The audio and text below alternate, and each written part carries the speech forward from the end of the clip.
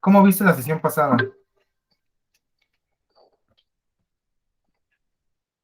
Ah, ¿Cómo se te hizo la sesión pasada? pues a mí me gustó, eso, no nada, pues nada al contrario.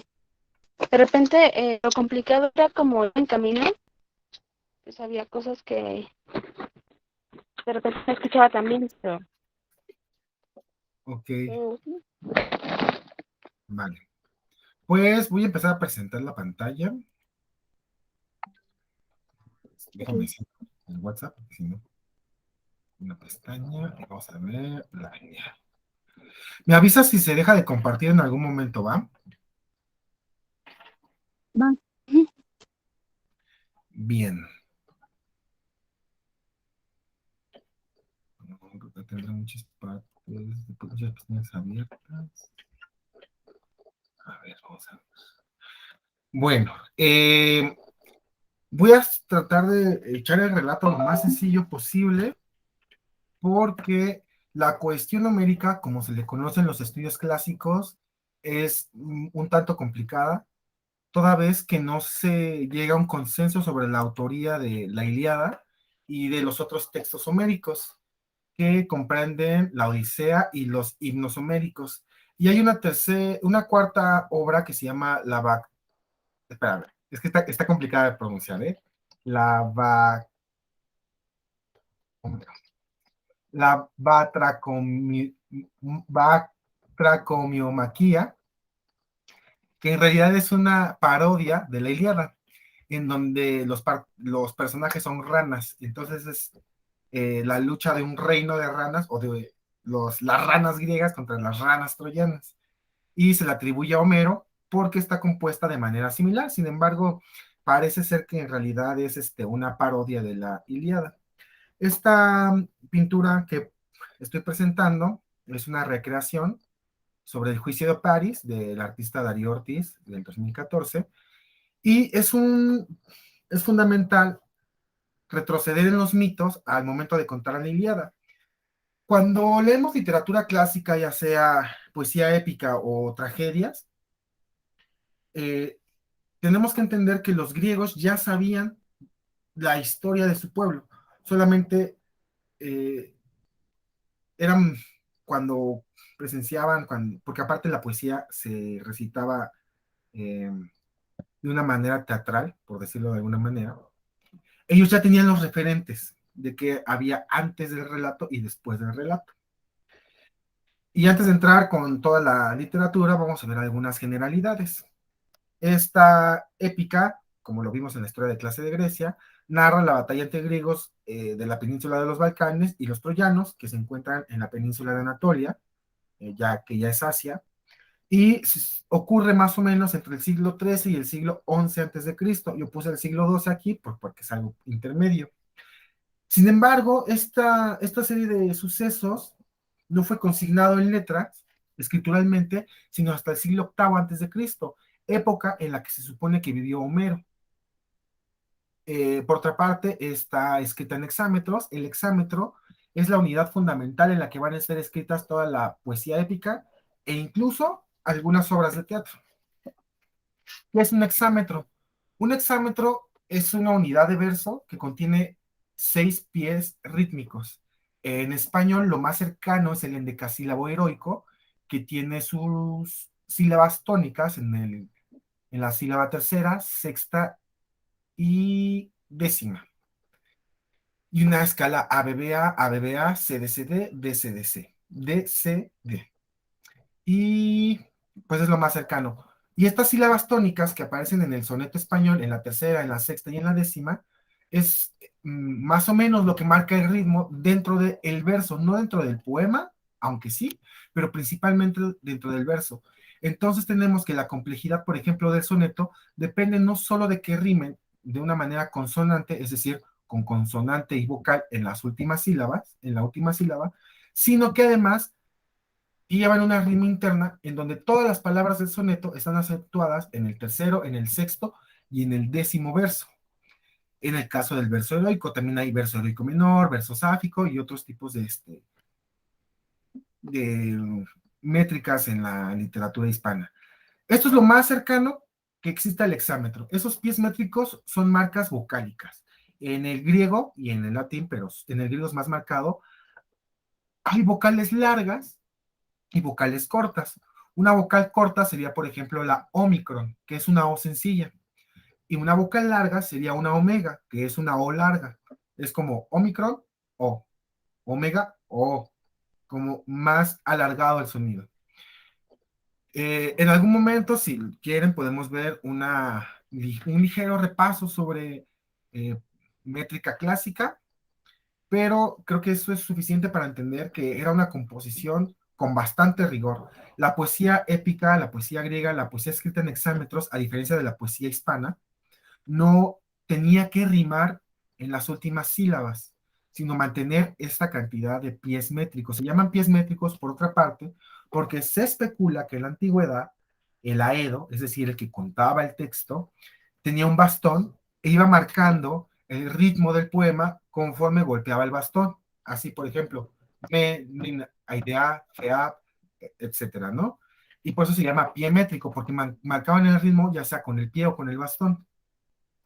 Como hemos dicho, se trata de un poema épico, quiere decir que narra las eh, aventuras y desventuras de héroes y por lo general mitos fundacionales. Bueno, ya entrando en la Ilíada, se narra el último año de la guerra de Troya. La guerra de Troya duró 10 años, pero toda la Ilíada cuenta solamente el último año de guerra. Es decir, tenemos 9 años que no, de los que no se ocupa la Ilíada. Y antes de esos 9 años tenemos mitos de los que no se ocupa la Ilíada. Por ejemplo, las bodas de Tetis, el juicio de París y demás. Por otra parte, la segunda parte de la Ilíada se llama la Odisea, porque narra las aventuras de Odiseo, quien es protegido por Atenea, Palas Atenea. A esta segunda parte del viaje de la épica se le conoce como Nostos. Nostos es una palabra griega que quiere decir regreso. Y esto es algo muy importante, por ejemplo, para el cine, para las novelas, para las sagas, porque la mitad de la aventura va a ser ganar la batalla, pero la otra mitad es regresar a casa de ese reino muy lejano, porque en el regreso a casa también puede haber muchas aventuras que puedan complicarte la existencia, ¿no?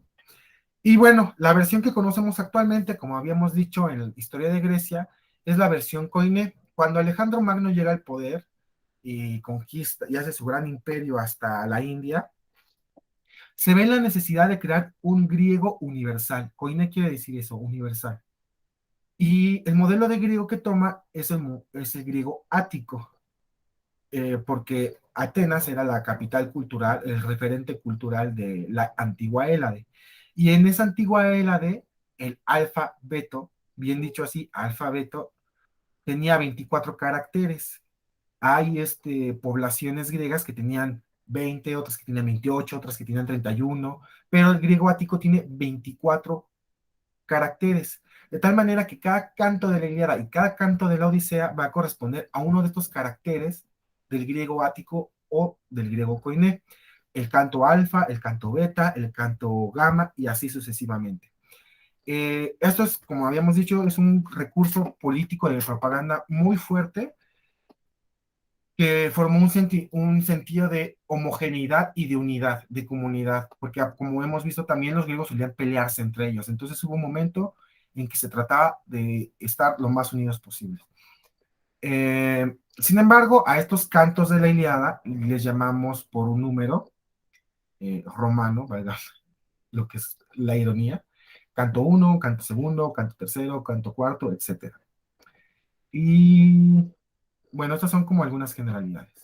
Ahora, antes de entrar directamente a lo que es la Ilíada, tenemos que hacer un retroceso a lo que los griegos ya sabían y que no viene en la Ilíada. Uno de ellos, bueno, uno de los eventos más importantes va a ser el juicio de París. Esto sucede, que aparte es el punto culmen de otro pequeño relato, cuando Tetis, una titán, se va a casar con un mortal llamado Peleo, que Peleo será el padre de Aquiles. e invitan a una fiesta al Olimpo a todos los dioses, a todas las ninfas, a toda la nobleza del Olimpo, excepto a una diosa, a Eris, la diosa de la discordia. De la palabra eris, por cierto, proviene del término erística. La erística es la parte de la retórica que se dedica a armar un conflicto a través de argumentos. Entonces, como no invitan a esta diosa Eris, pero Eris sabe que hay una fiesta, llega al Olimpo y todos se quedan con la boca abierta, así de, ¡ah! Sí vino, nadie la invitó, pero sí vino. Y lo que hace Eris en venganza es que agarra una manzana de oro y escribe en la manzana de oro para la más bella. Y la deja caer donde están Palas Atenea, Hera, esposa y hermana de Zeus, y Afrodita, también conocida como la chipriota o la Ocipris, que aparte es muy importante porque en la mayoría de los textos clásicos se van a referir a Afrodita como Cipris. ¿Por qué la chipriota? Bueno, porque se supone que cuando Zeus eh, des, desbanca a Cronos del poder, le corta los testículos y los avienta al mar. De la espuma de caen los testículos al mar y brota la espuma, y de esa espuma nace la isla de Chipre, y de esa isla de Chipre nace Afrodita. Por eso es muy común, si alguna vez se adentran en los textos clásicos, que vean que a Cipris, Afrodita se le menciona como Cipris, que es el gentilicio de Chipre. Entonces, estas tres diosas, Hera, Atenea y Afrodita, pues las tres dicen, claro que yo soy la más bella.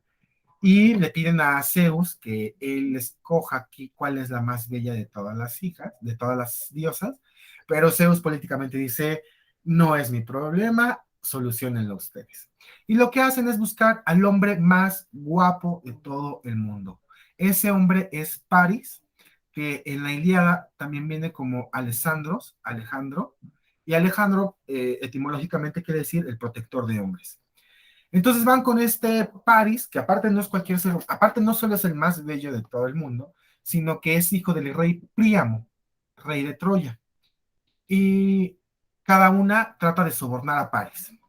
Hera le ofrece un matrimonio estable, prosperidad en su hogar, eh, el buen nacimiento de sus hijos, el calor de la familia, porque Hera es la diosa protectora del hogar. Atenea le ofrece victorias militares, inteligencia, astucia, y Afrodita, como diosa del amor y la belleza, le ofrece a cambio a la mujer más bella del mundo. Y esa mujer, obviamente, Paris, como buen hombre, pues escoge a la mujer más bella del mundo. Pero hay un pequeño problema. La mujer más bella del mundo ya está casada. Entonces, eh, pues lo que hace Paris es que se roba a Helena, la rapta, pero no es como que Helena se haya opuesto.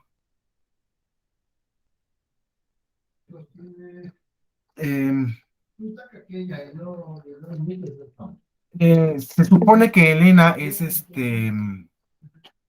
seducida por Afrodita para decidir irse con Paris, y de esta forma pues se escapan juntos. No es como que se la haya raptado tampoco. De hecho, en la antigua Grecia había un reto sofístico en el que para graduarte como maestro de oratoria tenías que construir o escribir más bien una defensa de Helena.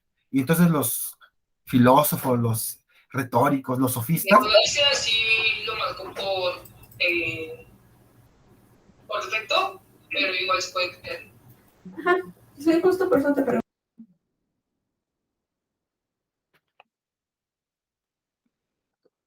Tenían que construir esta defensa, y pues era un gran ejercicio retórico porque a ojos de los griegos, pues Helena de Troya, Helena era culpable.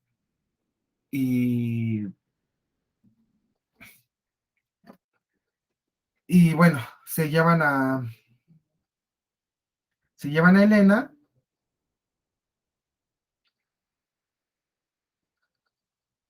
Y resulta que Helena era esposa de Menelao, uno de los dos grandes hijos de la Hélade. Pero resulta que había un pacto en la antigüedad, en la antigua Grecia, en los que el resto de los pueblos le debían lealtad a los hijos de, a los hijos de Micenas y a los hijos de Agamenón, que eran hermanos aparte. Y entonces Menelao y Agamenón convocan a todos los pueblos griegos a cumplir con ese juramento y se llevan a todos los griegos a recuperar a Helena. Y de paso, pues a conquistar Troya, ¿verdad? Ya encarreraditos. Pasan 10 años, 9 años de guerra de estos eventos, ya de la guerra de que llegan a las costas de Troya, y empieza la Ilíada. ¿Cuál es el tema de la Ilíada? El primer verso de la Ilíada en español dice: canta odiosa la cólera del pélida Aquiles. Este tipo de versos en el que se empieza a relatar un relato, válgame el pleonasmo, se llama invocación. En este verso, el Aedo le pide inspiración a la diosa de la poesía. Aquí también es muy importante porque todavía no había una separación de las diosas musas. De hecho, el verso es Menen, Aidea, Thea, Poleiaides, Agileos. Canta o diosa, Menen, Aidea, Thea, Thea en vez de Musé, es Thea, la cólera del peli de Aquiles. Entonces le pide a la diosa de la poesía que le dé la inspiración para cantar la cólera del peli de Aquiles. Pero ¿cuál es la cólera del peli de Aquiles? En realidad hay muchas, pero con la que empieza el canto de la Ilíada es el hecho de que a Aquiles le es arrebatado el botín de guerra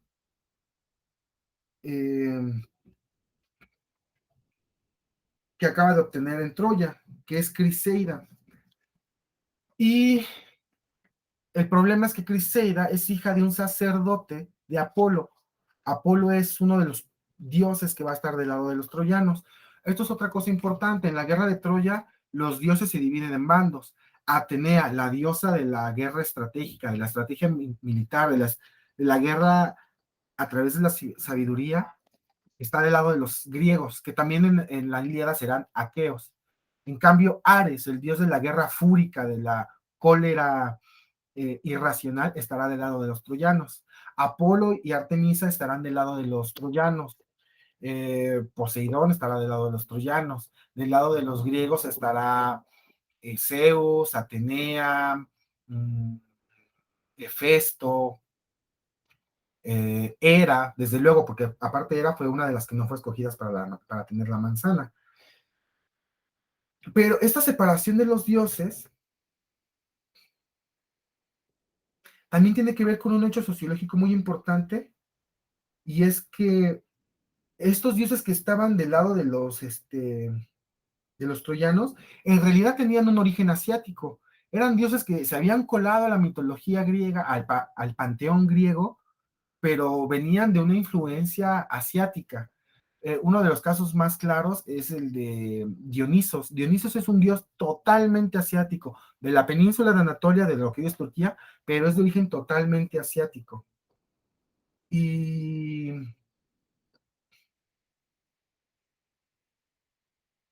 en el futuro, esta guerra definirá la separación entre Occidente y Oriente. En esta imagen podemos ver a Aquiles sosteniendo, es una recreación, es un fanart, sosteniendo una arpa, una lira, y a Patroclo con una toga azul, que es su Erómenos. Erómenos, Patroclo y Erastés Aquiles. ¿Qué es un Erómenos y qué es un Erastés? El Erastés es un maestro y el Erómenos es un alumno, pero en la antigua Grecia la educación tenía un profundo contenido sexual, de tal manera que mantenían una relación homosexual que se entendía como una relación pedagógica de maestro y alumno, en la cual el Erastes ejercía un papel activo de transmisor de conocimientos, pero también un papel activo sexual, mientras que el Erómanos era un receptor de conocimiento y un receptor carnal pasivo de su Erastes activo. En fin, la Ilíada se trata de la lucha interna de Aquiles contra la suerte que tiene de ser un semidios, porque él es hijo de Tetis y de Peleo, una titánide y un mortal. Entonces, él es mortal, pero como hijo de Dios busca de una diosa, busca la manera de ser inmortal, aunque uno de los grandes temas de la Ilíada es la humanización de Aquiles. A lo largo de toda la Ilíada, Aquiles va a tener grandes dilemas morales en los cuales decidirá si formar parte o no de la guerra, y al final él decide que no, pero hay un suceso a la mitad de la Ilíada en el que participa en la guerra por motivos personales. Bueno, este primer canto de la Ilíada nos cuenta porque aquí les hace un berrinche porque le quitan un tributo que se había, un botín que se había ganado en la guerra, que era una mujer. Así es la sociedad griega, no crean que estoy de acuerdo, pero así era la sociedad griega.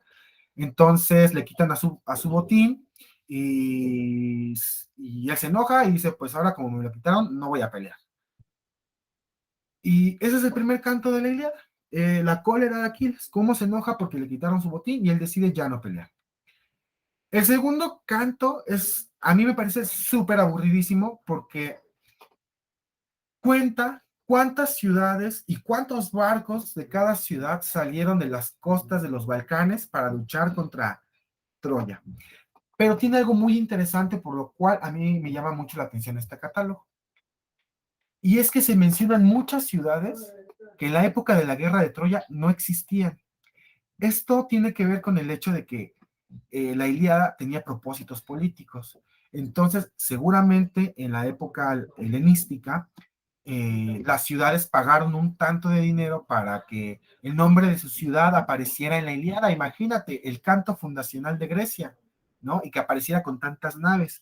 Uno de los casos más paradigmáticos es el caso de Atenas y el caso de Corinto, que no existían, y en el caso de Corinto existió hasta el siglo VIII a.C., durante la guerra de Troya. Fuera de eso, no contribuye en nada al desarrollo narratológico de la Ilíada. Pero hay otras partes muy bellas, porque estos dioses que intervienen con los humanos, porque participan activamente con los humanos en la guerra, pelean en el campo de batalla. Y en el canto quinto y sexto hay uno de los episodios más bellos, porque Diomedes, un héroe de la Grecia balcánica, está por derrotar a Perifas, un héroe de la Grecia troyana, y entonces baja Ares como mortal en un cuerpo de carne, en un cuerpo carnal, y enfrenta a Diomedes. Y junto a Diomedes, como podemos ver en este dibujo, en el carro de batalla va Palas Atenea. Y entonces Diomedes logra herir a Ares. Y Ares se va chillando al Olimpo de que, ay, me cortó ese cabrón, ¿no? Pero fíjense la belleza, o sea, épica, la belleza épica de que un mortal hiera a un dios, lo hizo sangrar. Ya después llega Ares y todos en el Olimpo, ah, no, sí se pasó de lanza. Y por ahí Apolo dice algo como de, bueno, pero no discutamos entre nosotros porque este juego es una cosa de humanos, como diciendo, ni hay que darle tanta importancia. O sea, sí vamos a jugar al ajedrez, pero que no pase de un juego, ¿no? Y hay un verso en el que dice, no os preocupéis por los hijos del hombre, que son como hojas de otoño que no sobrevivirán a la próxima primavera, ¿no?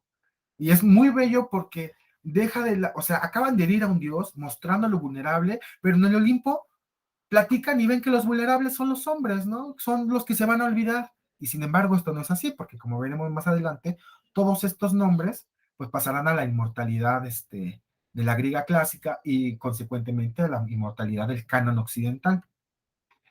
Luego, ya en el canto 9, como les había dicho, aquí les hace su berrinche y no quiere participar en la guerra y bla, bla, bla. Pero en una de esas, su Herómenos, Patroclo, su amante, o sea, en el sentido más estricto, su alumno y su discípulo sexual, agarra el escudo de Aquiles, agarra la armadura de Aquiles y va a las puertas de Troya y le pide a Héctor que baje para enfrentarlo. Y Héctor, el hijo del rey Príamo, cuando lo ve, dice, claro, yo me enfrento a Aquiles y que aquí se decida todo, ¿no? Y bajan y Héctor ve que este joven pelea como Aquiles y cree que es Aquiles porque, pues al fin y al cabo es alumno de Aquiles y Aquiles le enseñó el modo de pelear y lo mata. Y Héctor está contentísimo pensando que mató a Aquiles, pero en realidad mató a Patroclo, el Herómenos de Aquiles. Y ahí se arma la gorda porque Aquiles, pues, le llora a su Herómenos, a su amante, a su novio, y entonces sí, entra de vuelta a la guerra como venganza y enfrenta a Héctor y mata a Héctor y agarra a Héctor, lo amarra a la parte trasera de su carro, como en este que tenemos en esta diapositiva, y lo empieza a arrastrar a los alrededores de las murallas de Troya. Y el rey Príamo, pues empieza a rasgar las vestiduras de, no, solo me mataste a mi hijo, mira la infamia que le estás haciendo, él es un héroe, es un guerrero, no merece este destino, y tal, tal, tal, ¿no? Y aquí quiero hacer una pausa muy importante, porque a lo largo de la Ilíada vemos que los troyanos también tienen sus héroes, también son buenos para la batalla, llevan 10 años resistiendo el ataque de los griegos, y son dignos oponentes. No les costó mucho trabajo a los griegos vencerlos. Esto desde luego también tiene que ver eh, con el hecho de que los griegos pues quisieron como dimensionar a sus enemigos como alguien grande, porque ¿qué sentido tendría ganarle a un pueblucho? Pues no, yo voy a contar que le gané a un imperio, ¿no? Y por otra parte, Héctor es lo que se conoce en los estudios clásicos y en la teoría literaria como un héroe trágico, porque Héctor es un buen hijo, está pagando por los pecados de su hermano Paris, tiene que ahora que defender la ciudad, tiene que enfrentar a Aquiles, o sea, imagínense, yo creo que Héctor, perdón, se zurró cuando supo que el que había matado era el Herómenos de Aquiles y no Aquiles, y ahora tiene que enfrentarlo, y, es un buen esposo, es un buen hijo, es un buen príncipe, cumple con los ritos de los dioses, siempre da sus ofrendas, da su diezmo y todo, pero él sabe que va a morir y sabe que Troya va a caer y enfrenta su destino y muere a manos de Aquiles. Y en ese sentido, Héctor es uno de los héroes trágicos más lastimeros en el sentido de que nos provocan más compasión de toda la literatura universal. Y de hecho, cuando ustedes lean la Ilíada, van a llegar a odiar a Aquiles y van a sentir mucha simpatía por Héctor, porque él lo hace todo bien, pero pues como su hermano hizo todo mal, pues tiene que sufrir este destino. Luego hay una parte de la Ilíada que se llama el escudo de Aquiles, en el cual vamos a utilizar una palabra que se llama éfrasis, voy a escribirla en el chat.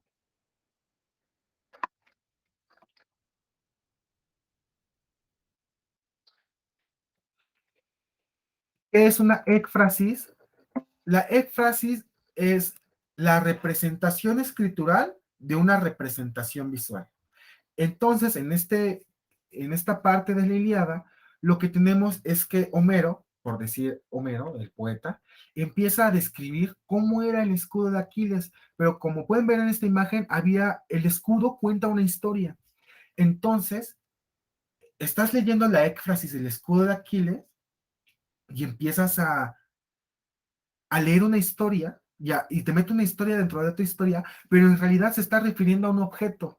Y esa es una de las partes más bellas de la literatura griega. El escudo de Aquiles es todo un tema de la literatura universal, que de hecho después Virgilio copiará en la Eneida y hablará del escudo de Eneas. Y aquí traigo más o menos una descripción esquemática de lo que había en el escudo. Y se han hecho muchísimos modelos físicos del escudo. De hecho, si ustedes googlean, pueden buscar escudo de Aquiles y les saldrán este esquema y el dibujo que les puse anteriormente. Pero también les van a salir escudos hechos con bronce, con oro y con plata de este escudo que está narrado. Y bueno, eso es uno de los motivos más bellos. En realidad, no me quiero detener tanto en este tema porque es muy extenso. Hay una serie de eventos que se narran en el escudo de Aquiles, pero si a ustedes les interesa, pueden googlear en Google Academics y buscar ensayos y artículos sobre el escudo de Aquiles, porque se han escrito ríos de tinta sobre el escudo de Aquiles. Nada más quisiera llamar la atención en que hay representaciones de animales que, como decíamos en la introducción de Historia de Grecia, pues parecía que no existían en esa época, pero pues realmente pues ya van varias noticias que nos dicen que sí.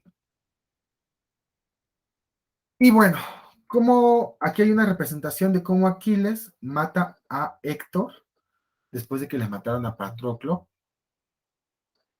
Eso es otra cosa también importante.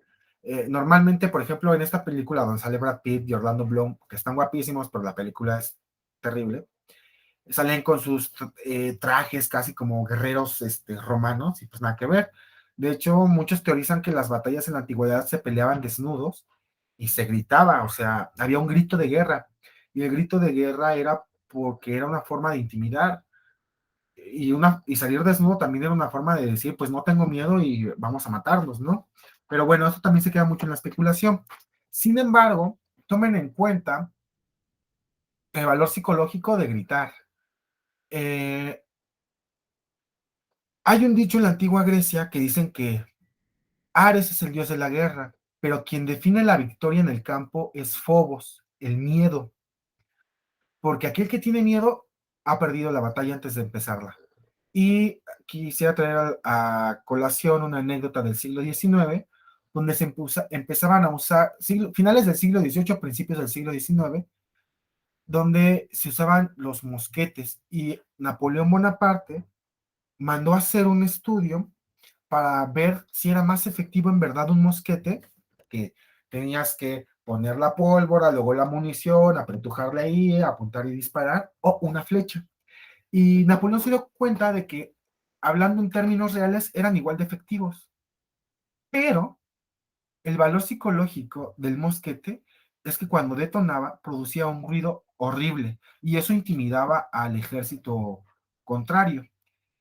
Y ahí jugaba Fobos, el miedo. Era muchísimo más apantallante disparar un mosquete por el sonido, por el humo, por la sensación de muerte cercana, que una flecha que no hace ruido. Y bueno, es todo esto porque parte desde la antigua Grecia y en esta representación los podemos ver desnudos y el único escudo que llevan es literalmente su escudo de mano. Entonces recuérdenlo, quien decide la victoria es Fobos, no Ares. Y bueno, ya después, eh, siguiendo los, la mitología dentro de la Ilíada, pues durante toda la narración de la Ilíada, Helena de Troya siempre le recrimina a Paris que por qué él no se enfrenta, que por qué él no sale a pelear, que porque es un cobarde, y Paris se contenta con decir, ay, pues X, güey, soy el más guapo del mundo. Y ya, es un novio súper cobarde, es el más cobarde de todos. Pero él mata a Aquiles justamente ya cuando Troya es tomada, lanzándole una flecha en el talón de Aquiles, en lo que después se conocerá como el talón de Aquiles. También no es como que haya sido el mejor arquero del mundo, pero quien lo ayuda es Apolo. Apolo, como si le estuviera agarrando los brazos y la flecha, disparan juntos y logran matar a Aquiles. Y eso también es muy revelador sobre la personalidad de Paris, porque en la antigüedad era considerado de cobardes matar a distancia. Lo de valientes era matar en combate, aquí como estamos viendo a Héctor y Aquiles, cuerpo a cuerpo, como guerreros. Y en cambio era de cobardes matar desde lejos, con la distancia, sin la necesidad de enfrentarte. Y es así como Paris logra matar a Aquiles con una flecha, como un cobarde. Y bueno, al final cae Troya y ya se llevan a las mujeres, se llevan a Andrómaca como esclava. A la esposa de Héctor se la llevan como esclava. Es terrible, porque todos los hijos de, toda la familia de Príamo, del rey Príamo, en la Ilíada misma, es tratada con mucho respeto, como nobles, como gente de bien, que cumple con los dioses y todo, pero a la cual el destino pues les tenía marcada la tragedia por el juicio de París. Y Andrómaca se hace esclava, que me parece que de Menelao, no me acuerdo si de Menelao, pero creo que sí, y se la llevan.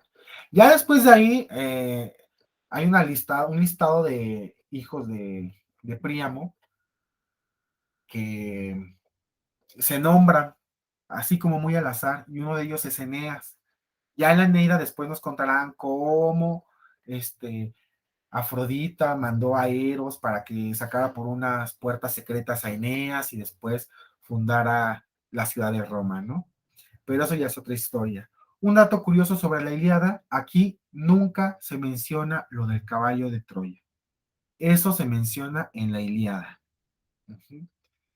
La siguiente obra homérica es la Odisea. También tiene 24 cantos que corresponden a cada una de las letras del alfabeto ático-koiné.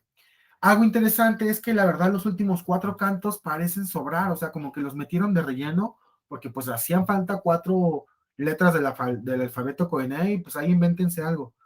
Pero pues ya se trata como de las bodas, las fiestas que hacen Penélope y que fueron por el vino y que no sé, etcétera. Y un hecho curioso sobre la Odisea, por cierto, es a Ulises a quien se le ocurre la idea de formar un caballo de Troya para que ahí se metieran los griegos y atacaran a los troyanos, porque Odiseo será conocido como el de los ingenios y su hada madrina es Atenea, la diosa de la guerra estratégica. Bueno, el caso es que Poseidón está enojado con Odiseo porque gracias a él cayó Troya y Poseidón pues estaba del lado de los troyanos, ¿no? Además de que por ahí hizo unos actos impíos en el templo y, y pues ya, está enojado con Aquiles, con Odiseo. Se ha dicho sobre la Odisea que en realidad puede ser un compendio de aventuras porque ya pasan estos 10 años de la guerra de Troya y ya todos se regresan a su casa, pero Ulises u Odiseo cuando trata de regresar a casa, el mar lo trata como la fregada y su barco se pierde y no llega a casa y pasan 10 años hasta que llegue a su casa. Y también se cuentan el último año de las travesías de Ulises. Esto que se conoce como el Nostos, como el regreso a casa, va a estar plagado por una serie de aventuras que parecen una aventura julio-vernesca. Y se ha especulado sobre el hecho de que la Odisea en realidad sea un compilado de historias que se le atribuyeron a Odiseo porque pues eran demasiado fantásticas. Una analogía sería como que a lo mejor un escritor frecuentaba una cantina a las afueras de la carretera, no sé, a Oaxaca, de Oaxaca a Mazunte, y escuchara historias sobre un guerrero que logró enfrentar a un monstruo de un solo ojo y que luego a las noches siguientes escuché otra historia donde otro guerrero enfrentó a una serpiente, a 2 serpientes que vivían ahí en el cañón del sumidero, y otra noche escuchó una historia sobre un guerrero que descubrió una tribu donde solo comían flores, y entonces lo que hizo este escritor fue como juntar todas las historias y atribuírselas a una sola persona, en este caso a Odiseo. Se especula que puede ser uno de los casos, que puede ser el caso de la Odisea. Con todo, la Odisea es un libro fantástico. La Ilíada es así como non plus ultra, no hay nada más allá. Pero la Odisea me parece una épica mucho más cercana porque es más novelesca. Y en ese sentido me parece más divertida. No más bella, pero sí más divertida. En fin, hay varios episodios. Voy a relatar algunos de los más importantes porque hay otros que no merecen la pena. Por ejemplo, creo que es el libro sexto, donde Odiseo y sus amigos llegan a una isla donde hay lotófagos. Los lotófagos son personas que comen flores. Y ya, esa es la gran aventura de ese canto. No pasa nada, ni siquiera los drogan, ni nada. No, nada más hay gente ahí comiendo flores y se les hizo extraño y pues lo pusieron ahí en la Odisea. Entonces hay partes que no aprovechan. Entonces tenemos esta representación de Ulises con sus compañeros del barco y Polifemo. Polifemo es un monstruo de un solo ojo, pero ¿se acuerdan que Ulises, Poseidón estaba peleado con Ulises? Ah, bueno, pues resulta que Polifemo es uno de los hijos de Poseidón. Entonces llegan a lo que hoy sería la parte de la Grecia Magna, el sur de Italia, Sicilia tal vez, y buscan comida y todo, y se encuentran con Polifemo, y Polifemo los encierra en su cueva y se los va a comer. Entonces, en una de esas, Ulises, el de los ingenios, empieza a platicar con Polifemo, y le dice, Polifemo, ¿cómo te llamas? Nadie. Así, me llamo Nadie. Y el caso es que planean un motín y le pican el ojo a Polifemo. Y entonces Polifemo empieza a gritar, ¡ay, auxilio! Nadie me está matando, nadie me ha traicionado. Y pues los demás, cíclopes dicen, ay, pues este güey, si no te está haciendo nada, ¿para qué hace tanto alboroto, no? Pero pues la verdad es que le dieron ahí bajón a Polifemo y pues Poseidón se enoja más. Es uno de los grandes motivos literarios, este engaño de Ulises, que era era eso, un maestro de los engaños, era un viejo zorro. Polifemo, por otra parte, será retomado en la soledad, en la Polifemo, perdón, en el Polifemo de Góngora, y tiene una historia muy trágica, porque es la historia de alguien que es feo y que no puede obtener a la mujer que quiere porque es feo. Y el problema de Polifemo es que él cree que es hermoso, y entonces dice, ah, mi gran ojo alumbra todo como si fuera el sol, y ama mucho su ojo y se cree el más guapo, pero pues en realidad es feo. Y entonces cuando se ve rechazado, pues es un golpe muy brutal a su autoestima, y es un tema del que se ha hablado muy poco en la literatura, que es la tragedia de ser feo. Pero bueno, eso ya es en el siglo de oro español, nada más ahí para que complemente la historia, ¿no? Entonces, esta es una de esas aventuras muy interesante, porque la puse aquí porque pues eventualmente se retomará mucho en la tradición clásica occidental. Bueno, tenemos a otra, que es Circe la bruja. Eh, Quizá algunos recuerden que Circe convierte a los amigos de Ulises en cerditos y pues es una bruja, ¿no? Así, era tal cual.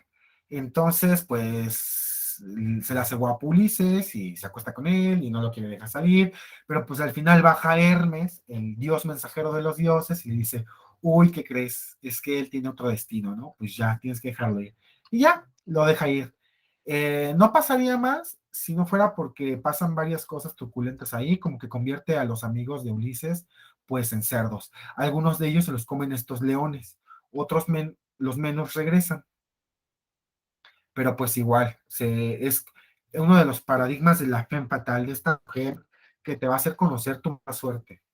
Y aparte, llama mucho la atención porque aparte de ser una mujer con poder, pues es una mujer bruja. Y en la antigüedad, hasta la edad media, las mujeres brujas eran las que conocían. Todo conocimiento que esté relacionado con una mujer es brujería. Así sean matemáticas, abecedario, astronomía, etcétera, es brujería. Aquí tenemos una representación de Palas Atenea con Odiseo, y en los extremos tenemos una de las aventuras más importantes de Ulises, que es enfrentarse a los monstruos de Sila y Caribdis, que era un estrecho entre la península itálica y una estructura rocosa en el medio del Mediterráneo, pero en medio de esas dos vivían Escila y Caribdis.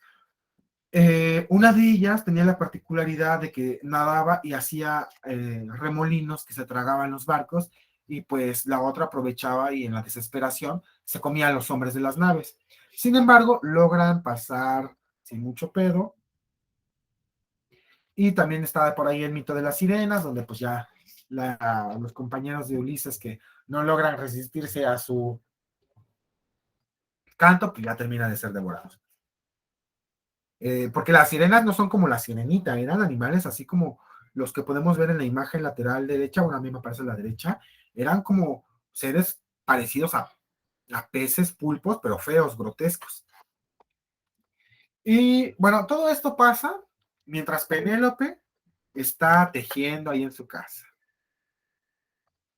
Aquí hay una imagen muy bonita y muy triste. Ya cuando Odiseo regresa a Ítaca, encuentra a su viejo perro Argos. Quizá ya no sepan de esta película, Hachiko creo que se llama, que es el perro que espera a su dueño en la estación de tren. Bueno, pues en realidad eso es un refrito de Argos. Argos era un perro de Ulises, que era un cachorrito cuando él se fue a la guerra de Troya. Fueron 10 años de la guerra de Troya y 10 años del regreso. Pues ese perro ya está en las últimas, nada más vivía porque lo estaba esperando. Y entonces llega Ulises a Ítaca, pero no llega al puerto, llega así como a kilómetros lejanos, a una costa, pues para no, pues para ver qué está pasando, ¿no? En su reino que ya está muy alejado. Y se encuentra su viejo perro Argos. Y entonces su viejo perro lo lame y Ulises, pues ahora sí que dice, ay, no, fuiste el mejor perro de todos, ¿no? Y ya, después de ver a su dueño, se muere Argos, ¿no? Y bueno, es una curiosidad, pero me parece bastante poética en el sentido de que esto será retomado desde películas, poemas, cuentos y demás. ¿Y qué pasa? O sea, Ulises tiene sus aventuras. Se acuesta con Calipso, se acuesta con Circe, mata al Polifemo, se enfrenta a las sirenas, a Escila y Caribdis, conoce a los lotófagos, etcétera. Todos sus compañeros de la nave se mueren. ¿Y qué pasaba en Ítaca?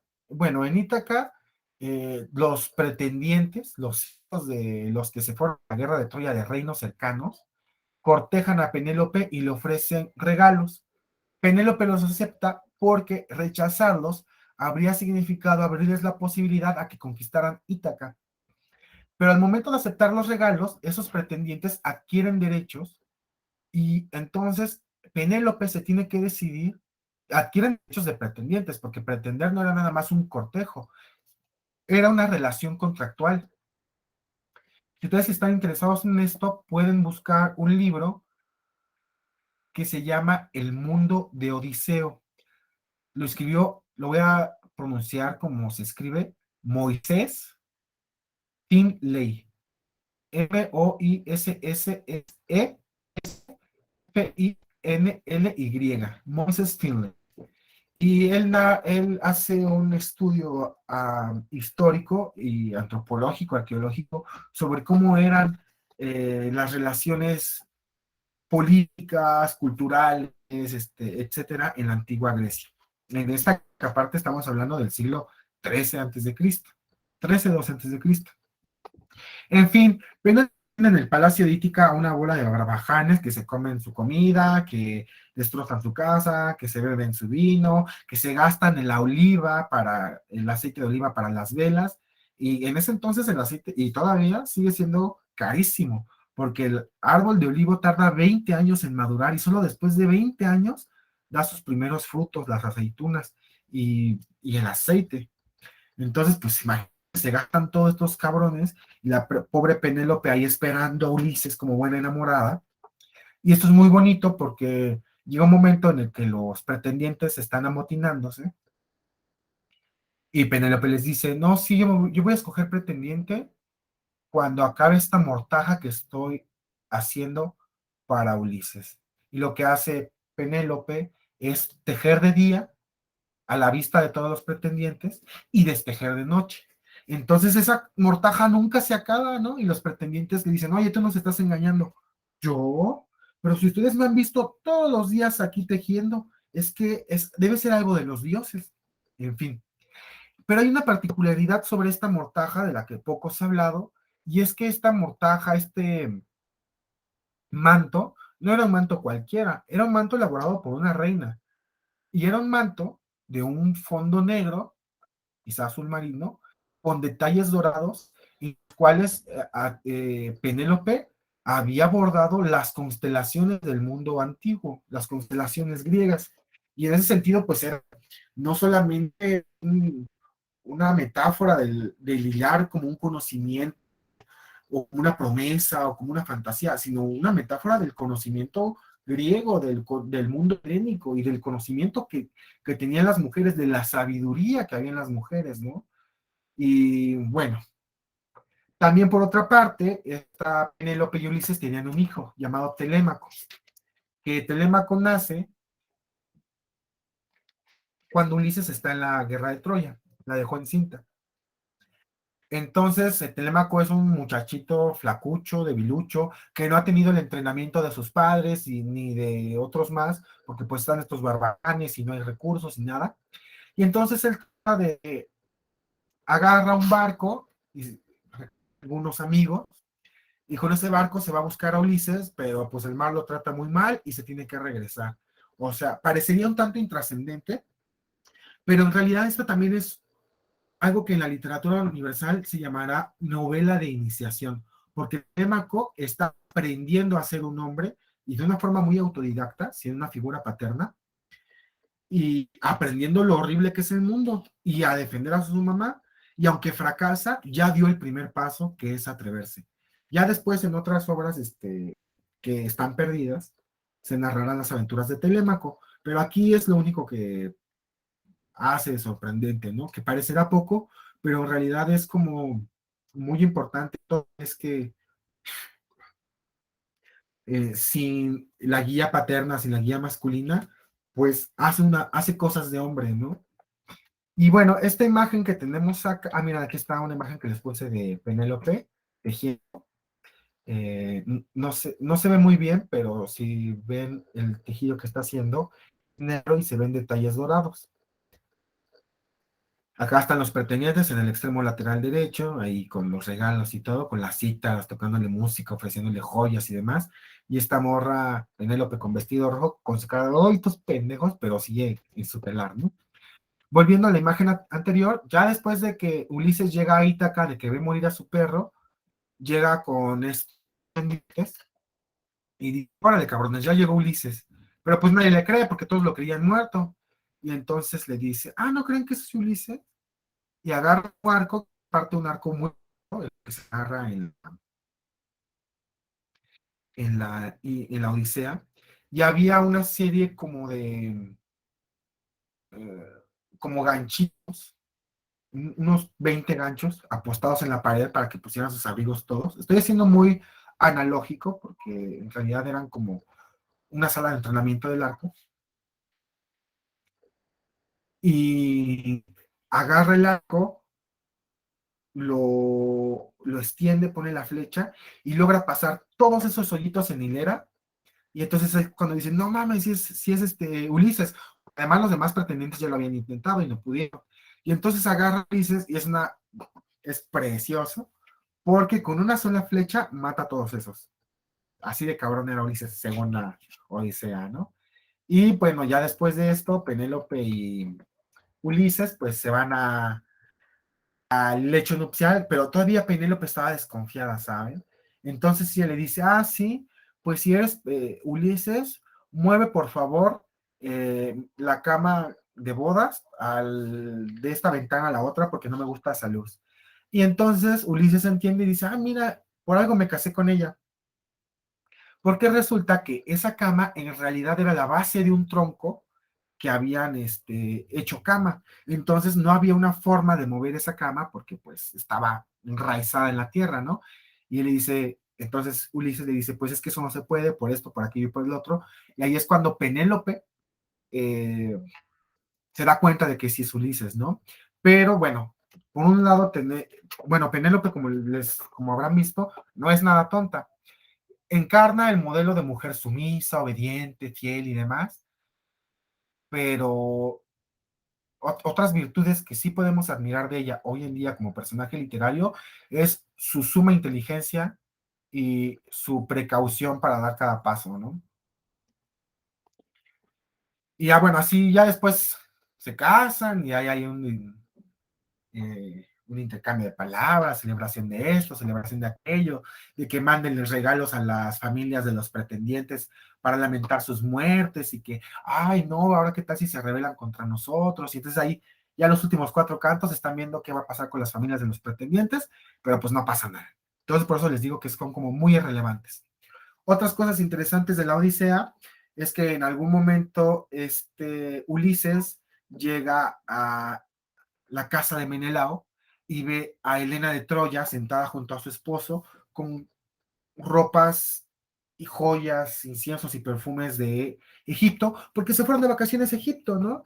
Entonces, sí es como de repente Odiseo siente como este asco de, no mames, por pinche hija, por esta hija nos matamos, te traicionó, te puso el cuerno, provocó una guerra y anda bien tranquila y con sus joyas, se fue de vacaciones a Egipto, ¿no? Es muy interesante esa parte. ¿Y qué más? Ah, también hay una parte en la que, bueno, es que es muy larga, son 24 páginas y cada canto tiene aproximadamente entre 600 y 900 versos. Entonces estoy tratando de resumírselas. Hay una parte en la que pues, llega a una ciudad y un Aedo empieza a cantar la Ilíada. Y entonces empieza a llorar porque pues empieza a cantar, el poeta empieza a cantar lo que él vivió en Troya, ¿no? Y se le sale por ahí la lagrimita. Y dice, ay, es que creen que yo soy Ulises, ¿no? Y ya todos dicen, ah, no manches, sí, es Ulises. Y bueno, sobre la Ilíada y sobre la Odisea, me parece fascinante porque encontré que hay un par de cómics de Marvel que se llama así, los clásicos en Marvel, y están muy bien hechos, ¿eh? Me parece que no tienen tantas discronías, tantas licencias poéticas con el relato homérico, pues más que es lo necesario para hacerlo cómic, pero me parece que también si algún día están interesados, por ejemplo, en dársela a conocer a sus amiguitos menores, así a sus primitos, a sus hermanitos, a los hijos de sus hermanas, además, pues es una buena opción para introducirlos en el mundo clásico, porque aparte, pues, es muy entretenido y no están tan pesados. Son algo caros, pero creo que sí valen la pena. De hecho, yo estoy pensando que me los voy a comprar. Y bueno, tenemos otras dos que puse. Mira, aquí está la portada la contraportada de El Mundo de Odiseo por Moises Finley. Es del Fondo de Cultura Económica y lo pueden encontrar baratísimo. Ay, permíteme tantito, tengo que contestar una llamada.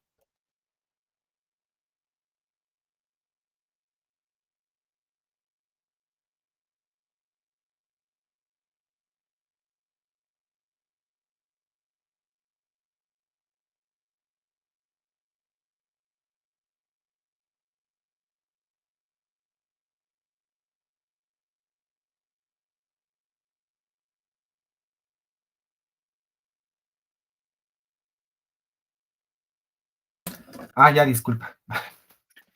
Este, sí, estas dos obras, la Odisea y la Ilíada, hay casi consenso sobre que las escribió Homero, o por lo menos los homéridas, que eran un conjunto de rapsodas, de ahí viene el término rapsodia, que cantaban estos cantos fundacionales, pero sobre los himnos homéricos y sobre la batracomiomaquia no hay consenso. Sobre la batracomiomaquia no hay consenso porque, como les he dicho, es una parodia de la Ilíada, en el que literalmente se trata de una guerra entre reinos de ranas. Entonces, pues lo único que tiene de homérico es el hecho de que está construido en hexámetros y tiene vocabulario que se usa en la Ilíada.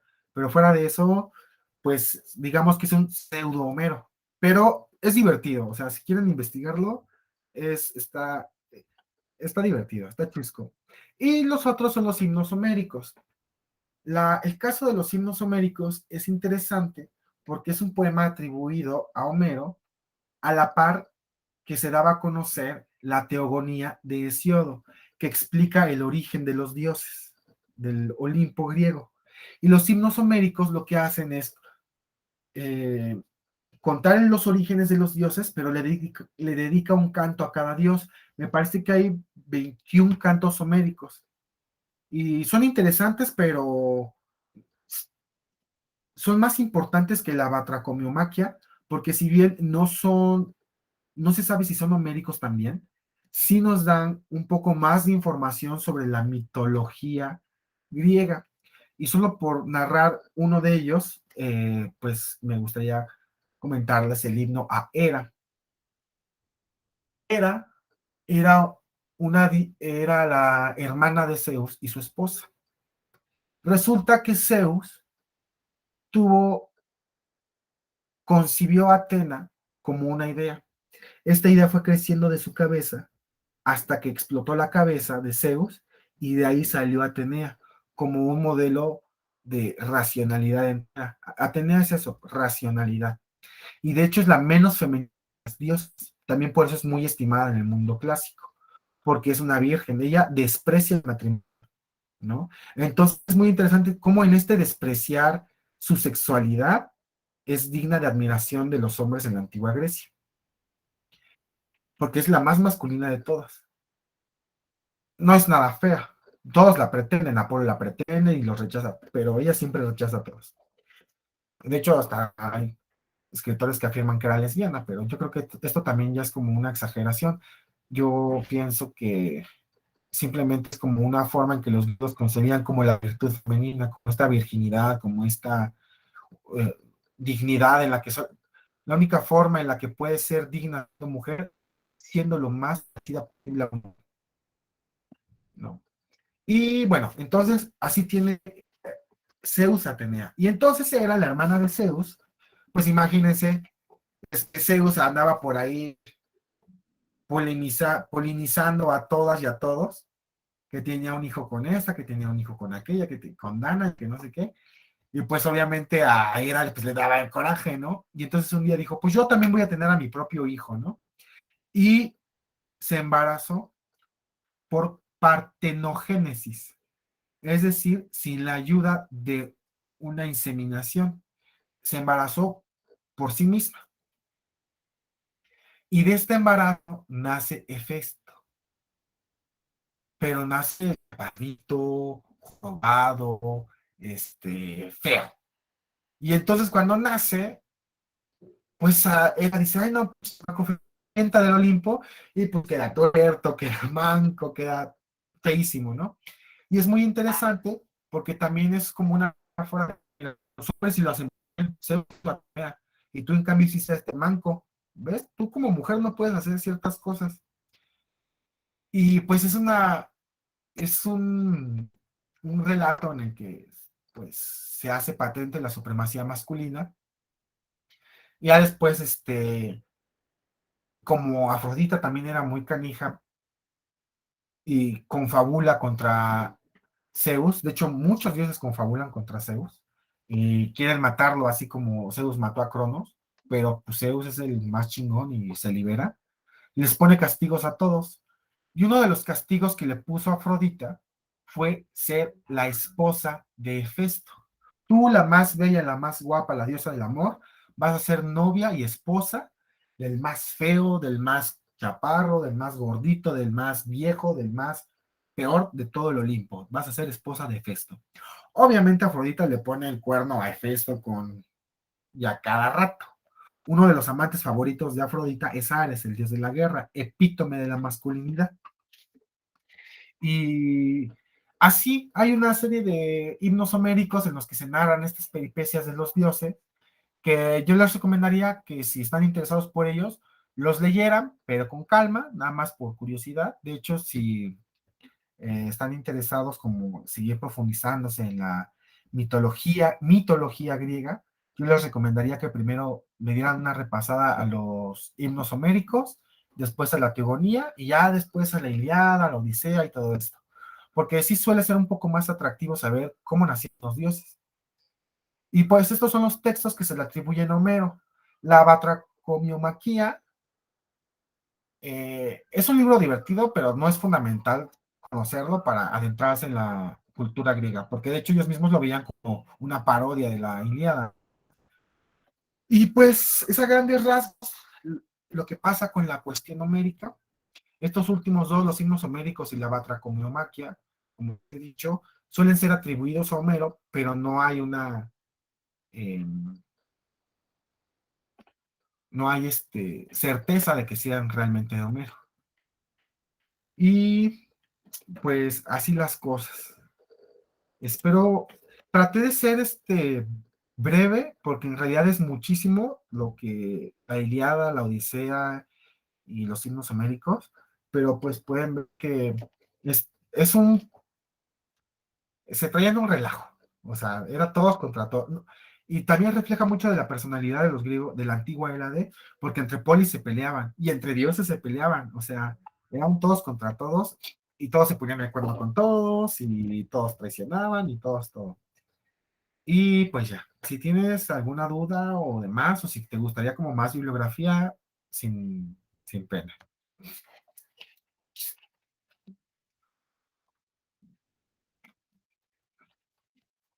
El micrófono.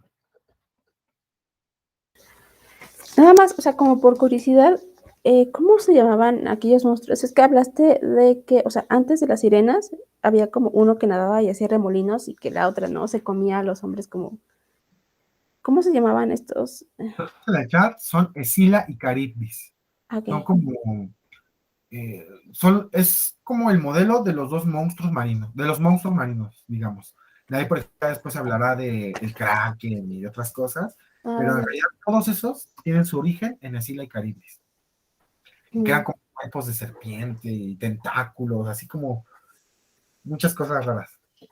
Ok, súper cool. Oye, ¿sabes si hay sí, como más literatura específica en cuanto a monstruos marinos? Hay Sí. varios bestiarios, yo te recomiendo, Uh-huh. en general, que siempre vayas a Google Academics y ahí Ajá. teclees, por ejemplo, si te llamó la atención Polifemo, buscas Polifemo. Si te llamó la atención Escila y Caribdis, buscas Escila y Caribdis.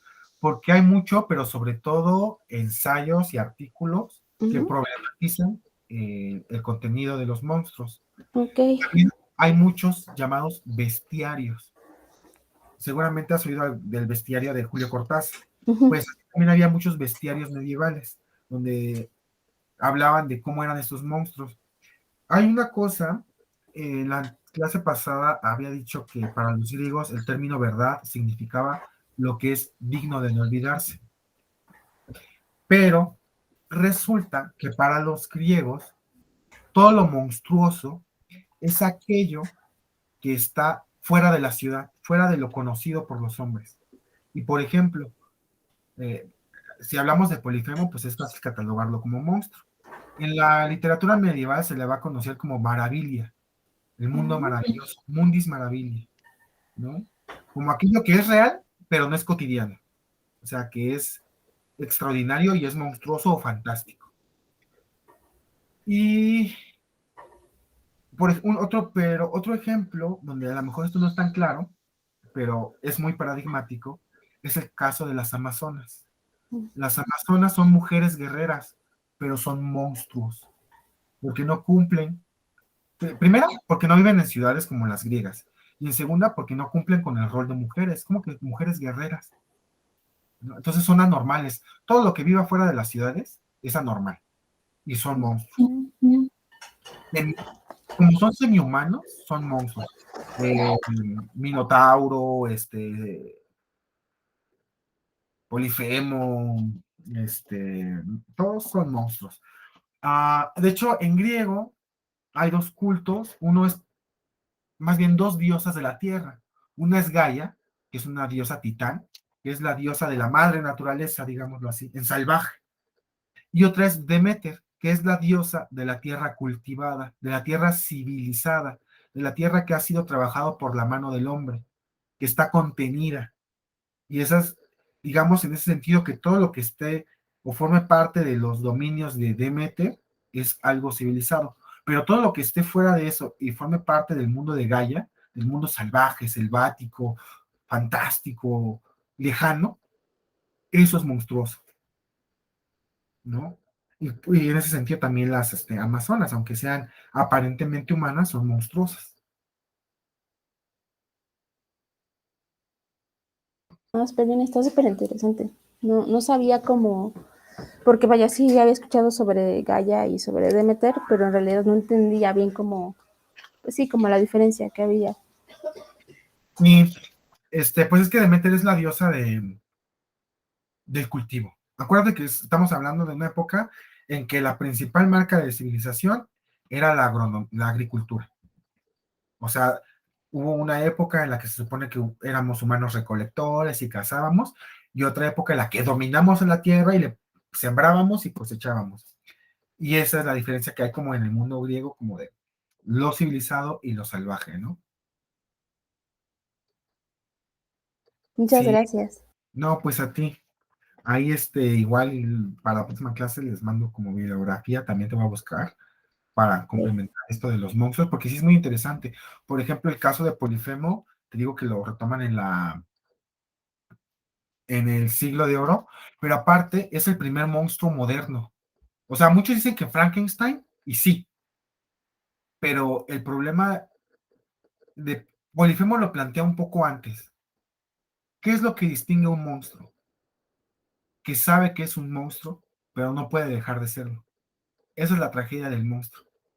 Y Polifemo piensa que es bello, se da cuenta de que no lo es, pero no puede dejar de ser feo.